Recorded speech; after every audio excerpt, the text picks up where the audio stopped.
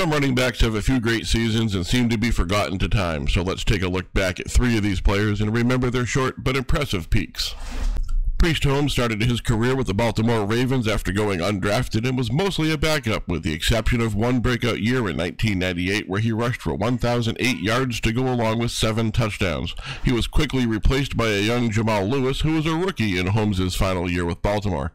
Following the end of this contract, he signed with the Kansas City Chiefs in 2001 and surpassed all expectations by running for 1,555 yards, becoming the first undrafted running back to rush for 1,500 yards, scoring 8 touchdowns on a career-high 327 attempts.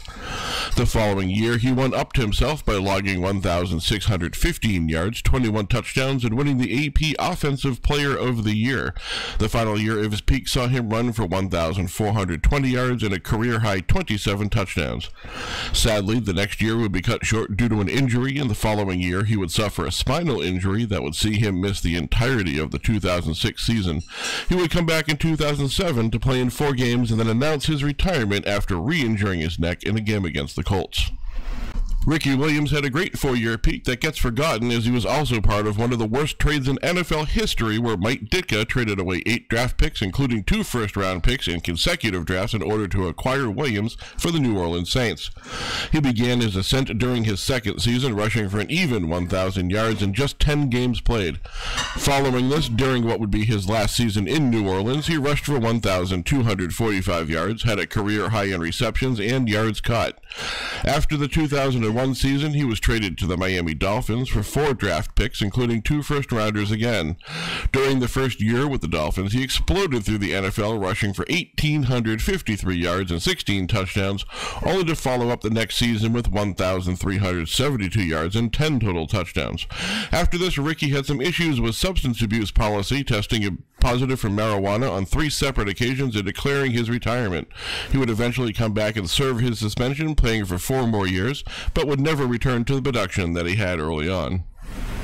Finally, we have Terrell Davis, who came into the league as a late-round draft pick and a very low on the depth chart going into training camp. He was, however, so impressive with his special teams work that each week he was given the chance to improve, and he took advantage, working his way to the starting running back role by week 1. The opportunity was not wasted, as he immediately ran for 1,117 yards and 7 touchdowns in his rookie season.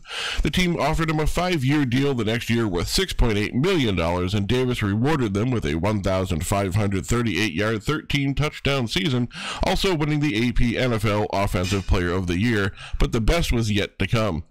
During his 3rd year in the league, he produced 1,750 yards to go along with 15 touchdowns, and most importantly, he rushed for 157 yards and 3 touchdowns during the Super Bowl, in which the Denver Nuggets won, garnering him the Super Bowl MVP.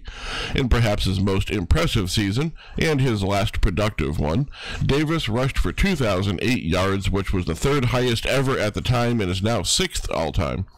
He recorded a career-high 21 touchdowns to go with his NFL MVP, NFL AP Offensive Player of the Year awards, and from here, his career was halted by frequent injuries, including tearing 2 ligaments in 1999 and surgery in 2000 for a lower leg injury. He is the only one of these 3 to be elected to the Pro Football Hall of Fame.